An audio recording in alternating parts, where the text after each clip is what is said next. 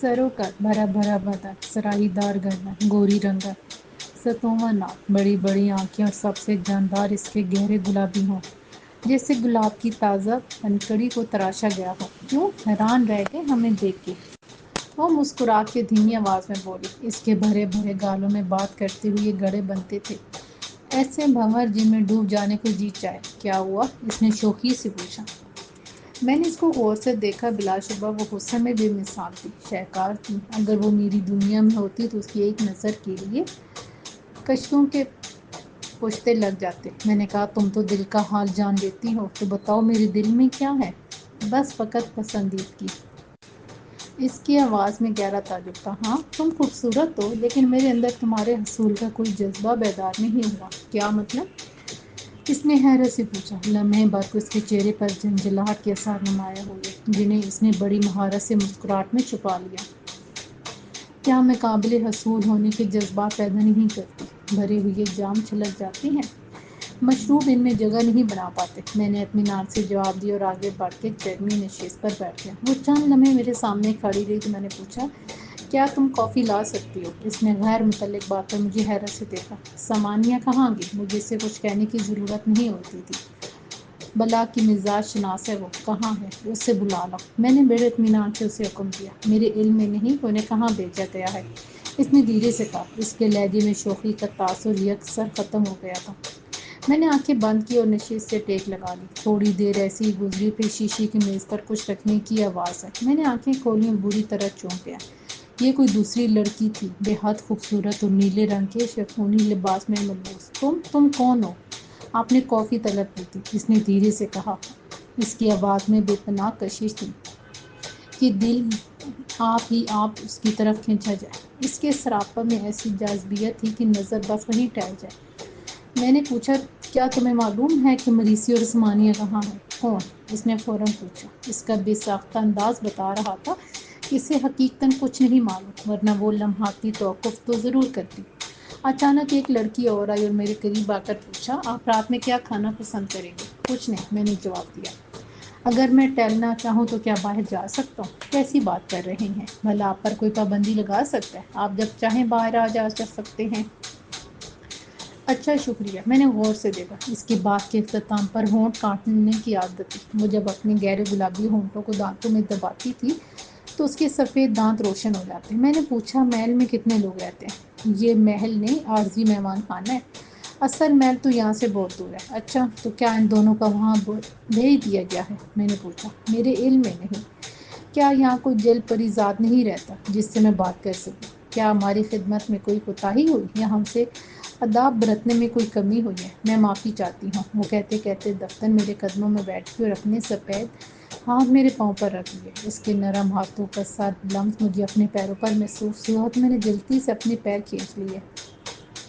ارے قطعاً ایسی بات نہیں ہے، میں ہرگز تم سے ناراض نہیں ہوں، میں نے تو ایسے ہی پوچھ لیا تھا۔ اس کی اڑی اڑی سی رنگت بحال ہو گئی اور وہ طمانیت سے مسکرانے لگی۔ اس نے پوچھا، کیا ہم آپ سے گفتگو کے اہل نہیں؟ نہیں، ایسی کوئی بات نہیں، میں نے نرمی سے جواب دیا۔ اس دوران کافی لانے والی لڑکی خاموش رہی۔ اس نے ایک لفظ نہیں کہا اور نہ ہی ہماری گفتگو کے دوران مداخلت کی۔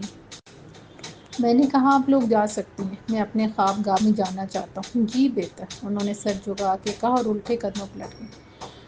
میں چند منٹ اسی حالت میں بیٹھا رہا، پھر اٹھ کے اپنے کمرے کا رخ کیا۔ رات کا اندھیرا چھا چکا تھا، لیکن خواب گاہ میں روشنی تھی۔ روشنی کا یہ انتظام میں نے پوری جل پریشا میں نہیں دیکھا تھا، لیکن یہاں رات بالکل سیاہ نہیں تھی۔ میں بستر پر دراز ہو گیا۔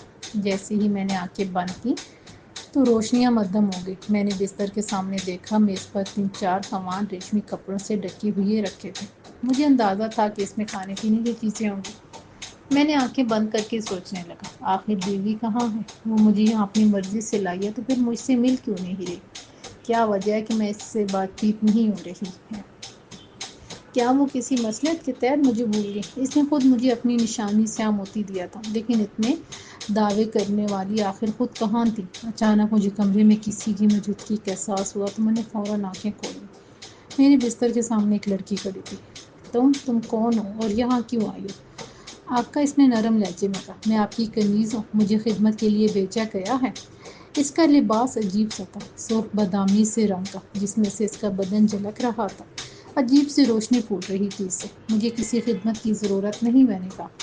آقا، اس نے نرمی سے کہا، میں آپ کے پیروں کی مالش کر دوں؟ موتیا کے پھولوں کا تیل آپ کے پیروں سے ساری تھکن کو نچوڑ لے گا۔ نہیں، میں نے جواب دیا، مجھے مالش وغیرہ کی عادت نہیں ہے، اور تھکن سونے سے دور ہو جائے گی۔ دیوتاؤں کے لیے مجھے مایوس نہ کیجیے، میں بہت خوش قسمت ہوں کہ مجھے آپ کی خدمت کے لیے بھیجا گیا ہے، اس نے ملتجانہ لہجے میں کہا۔ مجھے کسی کی خدمت کی ضرورت نہیں، میں نے مضبوطی سے کہا۔ جا سکتی ہوں، اور آئندہ میرے کمرے میں بغیر اجازت ہرگز داخل نہ ہونا، سمجھی؟ جی جی بیٹا، وہ میرے سخت لہجے سے ڈر سی گئی اور تیزی سے باہر نکل گئی۔ میں چند منٹ چھت کو گھورتا رہا، پھر نہ جانے کیسے چھت میں سے اشتہار دیگر چہرہ جھانکنے لگا۔ کیا بات ہے؟ اس نے شکوہ کیا۔ تم نے خدمت گار کیوں واپس کر دی؟ وہ اتنی اچھی مالش کرتی ہے کہ پیروں کے رستے سیدھے دماغ پہ قابض ہو جائے۔ مجھے ضرورت نہیں، میں نے جواب دیا۔ عجیب ہو تم بھی، اس نے شکوہ کیا۔ پھر جیسے اس کا چہرہ دھندلانا لگا، اس میں سے روشنی پھوٹنے لگی۔ یوں لگ رہا تھا جیسے اس میں سے کوئی دوسرا چہرہ برآمد ہو رہا ہو۔ میں نے اس نئے چہرے کو پہچاننے کی کوشش کرنے لگا۔ رفتہ رفتہ وہ چہرہ واضح ہوتے ہوتے آخرکار مکمل ہو گیا، اور میرے منہ سے چیخ نکل گئی۔ میں ہزاروں اور لاکھوں میں سے اس کو ایک نگاہ میں پہچان سکتا تھا۔ عروہ، میں نے چیخ کے کہا، تم کہاں ہو؟ تمہارے ساتھ، تمہارے پاس، وہ رسانیت سے بولی۔ یار، میں بہت اکیلا ہو گیا ہوں، میں نے بے بسی سے کہا۔ اکیلے کہاں ہوں؟ میں تمہارے ساتھ ہوں۔ وہ میرے پاس آ کھڑی ہوئی اور اپنی انگلیاں میرے بالوں میں پھیرنے لگی۔ میں نے اس کی نرم پوروں کے لمس کو محسوس کیا۔ کیوں پریشان ہو جاتے ہو؟ اس نے دھیرے سے کہا۔ تو کیا کروں؟ میں نے سسک کے کہا۔ میں تھک گیا ہوں۔ تم سے تو میں طاقت پاتی ہوں، تم میری ہمت ہو، تم ہی سے تو میں مضبوط ہوتی ہوں۔ میرے چاؤں میں بیٹھ جاؤ۔ جب آنکھ کھلتی ہے تو تم نہیں ہوتی ہو، میں نے شکوہ کیا۔ میں تمہاری دھڑکن ہوں، جب تنہائی محسوس کرو، اکیلے بن کر دھواں تمہارا دم گھٹنے لگے تو دل سے نکلنے والی دھڑکن کو سنا کرو، تمہیں میں مل جاؤں گی۔ بالکل ایسی ہی میری تنہائی تمہیں یاد کی دھڑکن سے بہلاتی ہے۔ وہ بالوں میں انگلیاں پھیرتی ہوئی مجھے تسلی دیتی رہی۔ مجھے بے حد سکون ملا۔ اب تم میرے پاس رہو گی نا؟ میں نے پوچھا۔ تمہارے پاس؟ عروہ نے دھیرے سے ہنس کے کہا۔ میں تم سے دور کب ہوں؟ ہاں، یہ تو ہے، میں نے ہنس کے کہا۔ تمہیں بہلانے کا ہنر آتا ہے، تم بہلنا چاہتے ہو اس لیے بیٹھ جاتے ہو۔ ہاں، میں نے اس کے ملح چہرے پر نظر جما کے کہا۔ میں تم سے ہی تو بہلنا چاہتا ہوں، تمہارے سوا مجھے کوئی بہلا نہیں سکتا۔ اچھا، اس نے مسکرا کے کہا۔ بڑا ناز ہے خود پر، اپنی پرسائی پر۔ مجھے خود پر نہیں، تم پر ناز ہے۔ تم میرے لیے تحفہ ہو، سب سے قیمتی، سب سے پاکیزہ۔ پھر میں کسی اور کے برتن میں جھوٹا کیسے ہو سکتا ہوں؟ بڑی باتیں آ گئی ہیں، عروہ نے پیار سے کہا۔ تھک گئے ہوگے، اب سو جاؤ۔ نہیں، تم چلی جاؤ گی، میں نے مچل کے کہا۔ جاؤں گی تب بھی تو آؤں گی، اس کی لہجے میں بے حد نرمی تھی۔ تم اپنی مرضی سے آئی ہو، میری مرضی سے نہیں، میں نے گلہ کیا۔ وقت آئے گا جب صرف ہم ہوں گے، تم ہوں گی۔ اس نے نرمی سے میری آنکھوں پر ہاتھ رکھ دیا۔ اپنی آنکھوں کو آرام دو، وہ دھیرے سے بولی۔ یہ تمہاری دید سے فرحت پاتی ہیں، میں نے بے ساختہ کہا، اور تم اپنے ہاتھوں سے میری آنکھوں کو بند کر رہی ہو۔ باتیں بنانا تم پر ختم ہے، میں نے خفگی کا اظہار کیا۔ اور بہلا کے نکل جانا، جینے کی آس دیکھے اوجھل ہو جانا تمہاری عادت، میں نے فوراً کہا۔ وہ ہنسنے لگی۔ اس کی ہنسی کی چھنکار پورے کمرے میں پھیل گئی۔ عجیب سی موسیقی تھی اس کی ہنسی میں، جیسے دور کہیں گھنٹیاں بج رہی ہوں، ہوا کی لہروں پر موسیقی کی تانیں بہ رہی ہوں، طبیعت میں فرحت و انبساط کی کیفیت پیدا ہو رہی ہو، روح بے حد مسرور ہو رہی ہو، پسماندگی دور ہو رہی ہو، زیست کی سب گٹھنائیاں دھواں ہو رہی ہوں۔ محبت ایسی ہی طاقتور مقناطیسی شے ہے جو ہر تکلیف کو راحت بنا دیتی ہے۔ دن بے حد آرام کے باوجود بے سکون و بے کیف تھے۔ میں نے کئی مرتبہ کہا کہ مجھے مریضی کی ضرورت ہے، سمانیہ کو پیش کیا جائے، لیکن کوئی شنوائی نہیں ہوئی۔ نہ جانے مجھے اس طرح یہاں رکھنے میں دیوی کا کیا مقصد تھا۔ وہ سامنے آئی تھی اور نہ ہی کسی خادمہ کے ذریعے اس کا کوئی پیغام ملا تھا۔ 2-3 مرتبہ میں نے باغ میں ٹہلتے ٹہلتے اندر جانے کی کوشش کی تھی، لیکن بہت دیر تک چلنے کے باوجود جب میں تھک کے چور ہو گیا اور باغ ختم ہونے کو نہیں آیا تو میں ایک سنگی میز پر بیٹھ گیا۔ نہ جانے میں کتنی دور نکل آیا ہوں، میں نے بڑبڑاتے ہوئے خود سے کہا۔ اب واپس چلنا پڑے گا، اور دوبارہ اتنی دور چلنے کی ہمت نہیں ہے۔ میں نے بینچ کی پشت سے ٹیک لگائی، پھر وہیں لمبا لمبا لیٹ گیا۔ اس وقت مجھے پانی کی شدید طلب ہو رہی تھی۔ میں نے بینچ کی پشت سے ٹیک لگائی، پھر وہیں لمبا لمبا لیٹ گیا۔ اس وقت مجھے پانی کی شدید طلب ہو رہی تھی۔ ذرا فاصلے پر پوری رفتار سے فوارے پانی پھینک رہے تھے۔ کاش ایک گلاس پانی مل جاتا، میں نے کہا۔ آقا پانی حاضر ہے، ایک طرف سے آواز ہوئی اور میں ایک دم اٹھ بیٹھا۔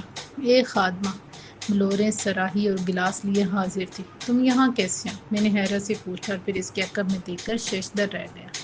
محل کا بیرونی دروازہ چند قدموں کی دوری پر دکھائی دے رہا تھا۔ اپنی دانش میں تو میں محل کو بہت پیچھے چھوڑ دیا تھا۔ یہ محل یہاں کیسے آ گیا؟ میں نے پریشانی سے پوچھا۔ آقا یہاں کوئی فاصلے نہیں ہوتے، کوئی دوری نہیں ہوتی، یہاں ہر شے دیوی کے حکم کی پابند ہے، اس نے نرمی سے کہا۔ تو کیا یہاں سے باہر نہیں جا سکتا؟ میں نے پوچھا۔ بالکل جا سکتے ہیں، لیکن دیوی کی مرضی کے بغیر آپ کے قدم جواب دے جائیں گے اور فاصلے سمٹ نہیں سکیں گے، یعنی میں باہر نہیں جا سکتا۔ میں نے گلاس خالی کر کے اس کو دیا اور محل میں داخل ہو گیا۔ بے کیف طویل دن اور بے تاثر لمبی راتیں زندگی جیسے ایک ڈگر پہ ٹھہر گئی تھی۔ غالباً یہ کوئی 39واں یا 40واں دن تھا۔ زندگی جیسے ایک ڈگر پہ ٹھہر گئی تھی۔ غالباً یہ کوئی 39واں یا 40واں دن تھا جب 4 کنیزوں نے مجھے ایک لبادہ دیا۔ یہ کیا ہے؟ میں نے پوچھا۔ آپ کو محل میں آج 40 دن ہو گئے، ان میں سے ایک نے کہا۔ تو آج میرا 40واں ہے، میں نے بے ساختہ کہا۔ ان چاروں نے نہ سمجھنے والے انداز میں میری طرف دیکھا۔ لفظ 40واں جس مفہوم میں میں نے کہا تھا شاید انہیں سمجھ میں نہیں آیا تھا۔ پھر ان میں سے ایک بولی، آپ غسل کر لیں، غسل کے بعد آپ کو تیار کرانے کی ذمہ داری ہماری ہے۔ دوسری بولی، لیکن یہ تمام کس لیے؟ میں نے پوچھا۔ میں تو روز ہی غسل کرتا ہوں، آج 40واں دن ہے، اس نے جواب دیا۔ سر جھکا کے مجھے تعظیم دی اور چاروں باہر نکلیں۔ لبادہ دیکھنے میں جتنا بھاری لگ رہا تھا، وزن میں اسی قدر ہلکا تھا۔ اس پر ستاروں کا بے حد نفیس کام کیا گیا تھا اور اس میں سے عجیب سی خوشبو پھوٹ رہی تھی جو حساسیت کو بے حد بھلی محسوس ہو رہی تھی۔ میں لبادہ لے کر غسل خانے کی طرف بڑھ گیا۔ تو کیا دیوی نے مجھ سے ملنے کے لیے 40 دن کا انتظار کیا؟ آخر ان 40 دنوں کا کیا راز تھا؟ مجھے تو سوائے کھانے پینے، سونے، آرام کرنے کے سوا کوئی کام نہیں تھا۔ تب پھر 40 دن کا یہ چلہ مجھ سے کیوں کٹوایا گیا؟ میں نے سنا تھا کہ جب کسی چیز، کسی طاقت کے حصول کے لیے کوئی کام کرنا ہوتا ہے تو مسلسل 40 یوم اس کے لیے مخصوص اعمال یا وظائف سر انجام دیے جاتے ہیں، لیکن میں نے نہ تو کوئی عمل کیا، نہ کوئی وظیفہ، کوئی جادو منتر طلسم پڑا کہ یہ 40 دن کی۔ میری سمجھ میں کچھ نہیں آیا۔ میں سوچتا رہا اور حوض میں تیرتا رہا۔ پھر لبادہ پہن کر باہر نکل آیا، مگر کمرے میں آ کر ٹھٹک گیا۔ یہ وہ خوابگاہ نہیں تھی جس میں میں نے اتنے دن بتائے تھے۔ یہ تو جیسے ایک طویل ہال تھا جس میں سیڑھیاں ایک بلند چبوترے کی طرف جا رہی تھیں۔ میں نے غور سے دیکھا، ہر 2 سیڑھیوں کے بعد ایک چبوترا تھا جس پر پردے پڑے ہوئے تھے جو ہوا سے سرسرا رہے تھے۔ میں نے دھیرے سے آگے بڑھا اور تو پیروں میں ٹھنڈک کا احساس ہوا۔ عجیب سا فرش تھا، سفید برف جیسا ٹھنڈا۔ میں نے قدم آگے بڑھائے تو ٹھنڈک بھی بڑھ گئی۔ چند قدم مزید آگے ٹھنڈ میں بے پناہ اضافہ ہو گیا۔ میں نے رک کر پیروں کو باری باری جھٹکا۔ مجھے لگا جیسے میرا دوران خون ٹھنڈک نے روک دیا ہے۔ پیر بھاری بھاری سے ہونے لگے۔ تب میں نے اگلی سیڑھی پر پاؤں رکھ دیا۔ مجھے یوں لگا جیسے پیروں میں زندگی کی لہر دوڑ گئی، دوران خون بحال ہونے لگا۔ اچانک مجھے ہلکی سی جھنجھناہٹ محسوس ہوئی، جیسے کسی نے بربط یا ستار کا تار کھینچ کے چھوڑ دیا ہو۔ پھر باقاعدہ ایک دم سے ستار کے تار جھنجھنانے لگے۔ میں نے پردے کو سرکایا۔ سامنے تخت پر ایک بے حد خوبصورت لڑکی بیٹھی بڑی مہارت سے ستار بجا رہی تھی۔ اس کی آنکھیں بند اور چہرے پر بے پناہ سکون کے آثار تھے، جیسے خود اپنی مرتب کردہ موسیقی سے آپ ہی لطف اٹھا رہی ہو۔ میں نے چند لمحے محویت سے اسے دیکھتا رہا، لیکن نہ اس آنکھیں کھولی اور نہ ہی میری موجودگی کو محسوس کیا۔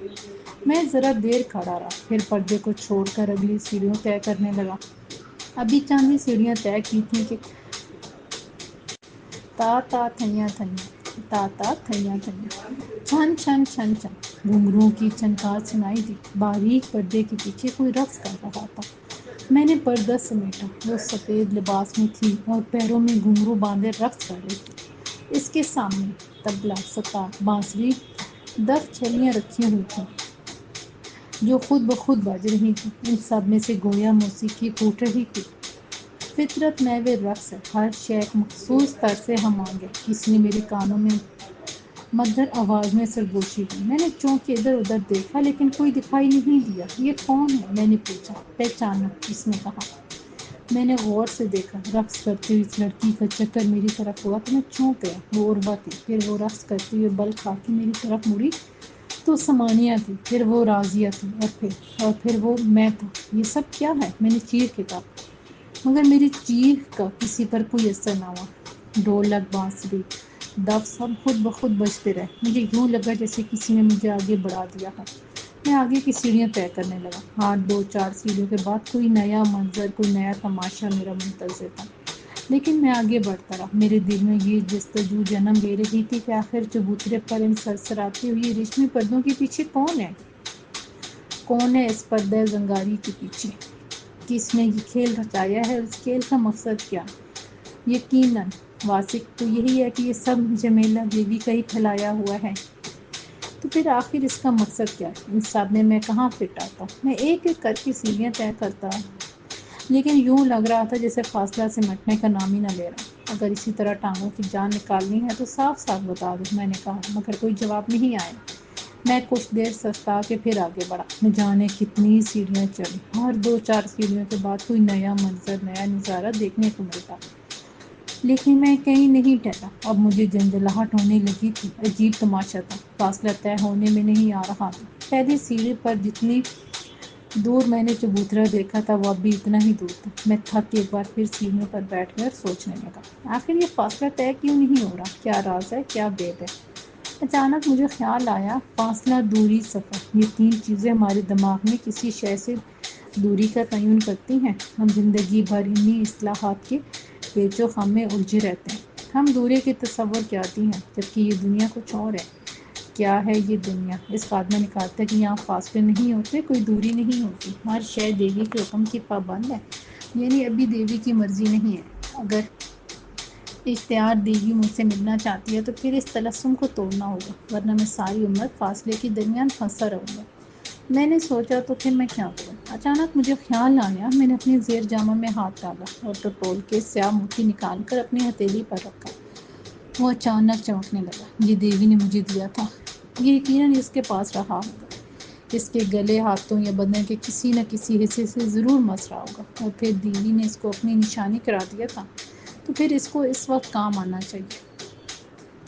میں نے سیاہ موتی کو اپنے سیدھے ہاتھ کی ہتھیلی پر رکھا، دوسرے ہاتھ سے ٹانپ کر آنکھیں بند کر لیں اور کہا، مجھے دیوی اختیار کے پاس جانا ہے، مجھے دیوی اختیار کے پاس جانا ہے، مجھے دیوی اختیار کے پاس جانا ہے۔ مجھے یاد نہیں کہ میں نے کتنی دیر یہ لفظ دہرائے۔ پھر میں نے اپنا اگلا قدم اٹھایا اور آگے بڑھا۔ میرا قدم کسی ٹھوس چیز پر نہیں پڑا تھا۔ مجھے یوں لگا جیسے میں بلندی سے نیچے کی طرف گرتا جا رہا ہوں۔ میں نے سختی سے اپنی آنکھیں بند رکھی اور موتی کو مضبوطی سے مٹھی میں بند کر لیا۔ یوں لگ رہا تھا جیسے میں کسی کنویں میں اترتا جا رہا ہوں۔ کوئی شے مجھے طاقتور مقناطیس کی طرف کھینچے جا رہی ہے۔ کوئی اندازہ نہیں کہ کتنی دیر بلندی سے پستی کی طرف گرنے کا یہ عمل جاری رہا۔ پھر مجھے جھٹکا سا لگا اور میں نے آنکھیں کھول دیں۔ میں چبوترے کے پاس آخری سیڑھی پر کھڑا تھا۔ میرے سامنے ریشمی باریک پردے ہوا سے سرسرا رہے تھے۔ میں نے نیچے کی طرف دیکھا، یوں لگ رہا تھا جیسے پہلی سیڑھی میلوں دور ہو جس کو میں طے کر کے یہاں تک پہنچا۔ میں دھیمی ہوا سے سرسراتے پردوں کو ایک طرف ہٹاتے ہوئے اندر داخل ہو گیا۔ وہ بے حد خوبصورت تخت تھا۔ میں اس کو دیکھتی پہچان گیا، یہ وہی تخت تھا جس پر دیوی نے مجھے سوار کر کے یہاں تک پہنچایا تھا۔ میں نے دائیں بائیں دیکھا مگر کوئی دکھائی نہیں دیا۔ میں تھوڑی دیر کھڑا ادھر ادھر دیکھتا رہا، پھر آگے بڑھ کے تخت پر بیٹھ گیا۔ مجھے اب ان سارے مناظر سے الجھن ہونے لگی تھی۔ خوبصورت ماحول، دلکشی، عمدہ کھانے، دائیں بائیں نفیس قیامت خیز حسن ملکی لڑکیاں۔ ایک وقت آتا ہے کہ سب چیزیں اپنی جاذبیت، اپنی کشش کھو دیتی ہیں، اور یہی میرے ساتھ ہو رہا تھا۔ مجھے اچھے کھانے پسند تھے لیکن ان کھانوں کی ایک حد ہوتی ہے۔ مجھے حسن اچھا لگتا تھا لیکن میں حسن پرست ہوں، شہوت پرست نہیں۔ میں بیزاری سے بیٹھا دائیں بائیں دیکھتا رہا۔ چاروں طرف ایک جیسا منظر تھا۔ یوں لگ رہا تھا جیسے میں بہت اونچی شاہنشین پر براجمان۔ میں نے پردہ سرکا کے بائیں کی جانب دیکھا۔ واقعی میں جیسے فضا میں ہزاروں فٹ بلند شاہنشین پر تھا۔ بہت نیچے سفید روئی کے گالی جیسے بادل تیر رہے تھے۔ اور دور دور تک شفاف نیلا آسمان تھا۔ میں دوبارہ تخت پر بیٹھ گیا۔ میں جیسے عالم غنودگی میں تھا۔ تب مجھے پہلی بار آواز سنائی دی، تم آ گئے۔ میں نے چونک کے آنکھیں کھول دیں۔ اس آواز کو میں لاکھوں میں پہچان سکتا تھا، یہ دیوی اشتیاق کی آواز تھی۔ میں نے خود کو سنبھالا اور بے اعتنائی سے جواب دیا، جو بلانا ہی تھا تو اس جمیلے کی کیا ضرورت تھی؟ سیدھی طرح بلا لیتی اور پھر کیا؟ اس نے نرم آواز میں پوچھا۔ اس کی نرم آواز بھی سماعت میں ٹھنڈی ہوا کی طرح گزر رہی تھی۔ تمہاری کنیزیں کہہ رہی تھی کہ آج 40 دن ہو گئے۔ کس بات کے 40 دن؟ اب کیا کرنا ہے؟ مزید 40 دن کا انتظار۔ میری جھنجھلاہٹ عروج پر تھی۔ تم 40 دن کی اہمیت نہیں سمجھ سکے، اس نے بڑی رسانیت سوال کیا۔ کیا مطلب؟ میں نے پوچھا۔ 40 دنوں کی بھلا کیا اہمیت سوائے وقت کے ضیاع کے؟ اچھا۔ اس کی لوچدار آواز میں جیسے مسکراہٹ دوڑ گئی۔ تب میں نے پہلی بار محسوس کیا کہ آواز بھی اپنے زیر و بم سے اپنے تاثرات محسوس کرا سکتی ہے۔ آج سے اس کی چیخ کے علاوہ بھی آواز مجسم تصویر ہوتی ہے۔ تم نے ان 40 دنوں میں کیا کیا؟ تم تو ایسے پوچھ رہی ہو جیسے کچھ جانتی ہی نہیں۔ میں نے برفروختہ ہو کے کہا، مجھے تم سے ملنے کا اشتیاق تھا۔ تم مل لیتی؟ اس نے فوراً کہا۔ کہاں؟ کس جگہ؟ تم تو مجھے کہیں بھی دکھائی نہیں دی۔ بس کھاؤ پیو، غسل کرو، کپڑے بدلو، سو جاؤ۔ کیا میں کسی مہمان خانے میں تھا جہاں تم مجھے ڈال کے بھول گئی؟ میں نے قدرے تیزی سے کہا، تمہیں تو اپنی پہچان پر بڑا ناز ہے۔ اس کی آواز میں شرارت کا عنصر تھا۔ میں سمجھا نہیں۔ تمہیں مجھ سے ملنے کی خواہش کیوں تھی؟ اس لیے کہ تم نے کہا تھا کہ تم ہی میری نجات دہندہ ہو۔ تم نے مجھے اپنی نشانی دی اور میری سمجھ میں نہیں آیا کہ تم مجھ سے کس نشانی کی توقع کر رہی ہو۔ بس اتنی سی بات؟ اس نے پوچھا۔ مجھے احساس ہوا کہ اس کی آواز میں مایوسی کی کئی رمزیں در آئی ہیں۔ تو اور کیا؟ میں نے جواب دیا۔ لیکن تم سامنے کیوں نہیں آتی؟ کس روپ میں آؤں کہ تم پہچان لو؟ اس نے پوچھا۔ اچانک اس کی آواز میں چنچلالی آ گئی، جیسے مجھے زج کر رہی ہو۔ جس روپ میں آنا چاہو یہ تم پر منحصر ہے، یعنی تمہیں کسی خاص روپ کی چاہ نہیں؟ اس نے پوچھا۔ تم دیوی ہو، دیوی کے روپ میں ہی سامنے آؤ گی، میں نے جواب دیا۔ اچھا پھر میں آتی ہوں، اس نے کہا۔ میں خاموش بیٹھا منتظر رہا کہ وہ سامنے سے دائیں بائیں کس طرف سے سامنے آتی ہے۔ دفتر دائیں جانب کا پردہ سرکا اور وہ اندر داخل ہوئی۔ میں نے تجسس بھری نگاہیں اس پر مرتکز کی اور پھر گہری سانس لے کر رہ گیا۔ وہ دیوی نہیں بلکہ وہ لڑکی تھی جو محل میں میری خدمت پر مامور تھی۔ میں اس کو دیکھنے لگا کہ شاید خدماؤں کو پہلے آنا تھا۔ پھر دوسری لڑکی آئی۔ یہ وہ لڑکی تھی جو میرے لیے کافی لاتی تھی۔ پھر وہ لڑکی آئی جس نے محل سے باہر مجھے پانی پلایا تھا۔ پھر وہ جس نے میری مالش کرنی چاہی تھی۔ میں منتظر رہا۔ آہستہ آہستہ محل کی تمام خادمائیں حاضر ہو گئیں، لیکن وہ نہیں آئے۔ پھر مجھے اکتاہٹ نے گھیر لیا۔ دیوی کہاں؟ میں نے پوچھا۔ وہ سامنے ہی ہے، ایک نے ادب سے جواب دیا۔ میں نے سامنے دیکھا، وہاں ایک تخت موجود تھا لیکن خالی۔ میں نے فیصلہ کر لیا تھا کہ اب مزید کچھ بولوں گا اور نہ ہی کوئی سوال کروں گا۔